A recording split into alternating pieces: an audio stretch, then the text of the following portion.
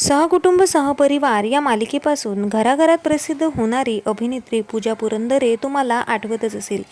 या मालिकेने आता प्रेक्षकांचा निरोप घेतलेला आहे। मात्र मालिकेतील प्रत्येक कलाकाराने प्रेक्षकांची एक वेगळी मनं जिंकलेली होती आणि त्यापैकीच एक पूजा सुद्धा होती। चला तर आज जाणून घेऊया पूजाबद्दल काही महत्त्वाच्या गोष्टी। पूजाचा जन्म 1994 साली पुणे महाराष्ट्रामध्ये झाला।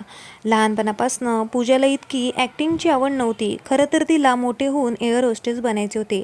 तिची हाईट सुद्धा त्याप्रमाणेच होती, परंतु तिच्या एका मित्राने तिला एका नाटकाची ऑफर केली आणि तिथूनच तिचे जीवन पूर्णपणे बदलून गेले। तिची ॲक्टिंगसाठी आवड निर्माण झाली।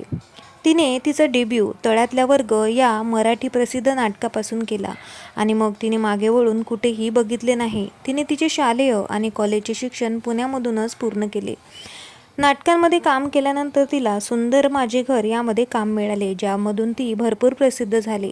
तिच्या प्रेमाबद्दल जाणून घ्यायचे झाले तर लग्नाची वाईफ वेडिंगची बायको यामधील लीड कलाकार विजय आंदळकर सोबत तिने 2017 साली विवाह सोहळा पार पाडला। त्या दोघांचे लव्ह मॅरेज होते, परंतु त्यांचे प्रेम टिकले नाही। लग्नाच्या 2 वर्षातच दोघेही विभक्त झाले।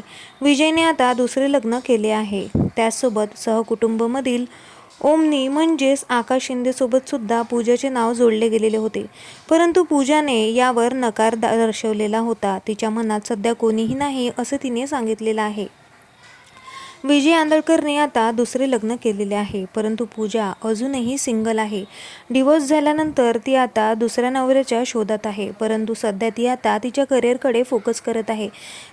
तिने अनेक मालिका आणि थिएटरमध्ये काम केलेलं आहे। त्यापैकी सुंदरा मनामध्ये भरली, देवयानी ह्या तिच्या प्रसिद्ध मालिका आहे। त्यासोबत किती सांगायचं मला, नवे लक्ष याही मालिकांमध्ये तिने काम केलेले होते।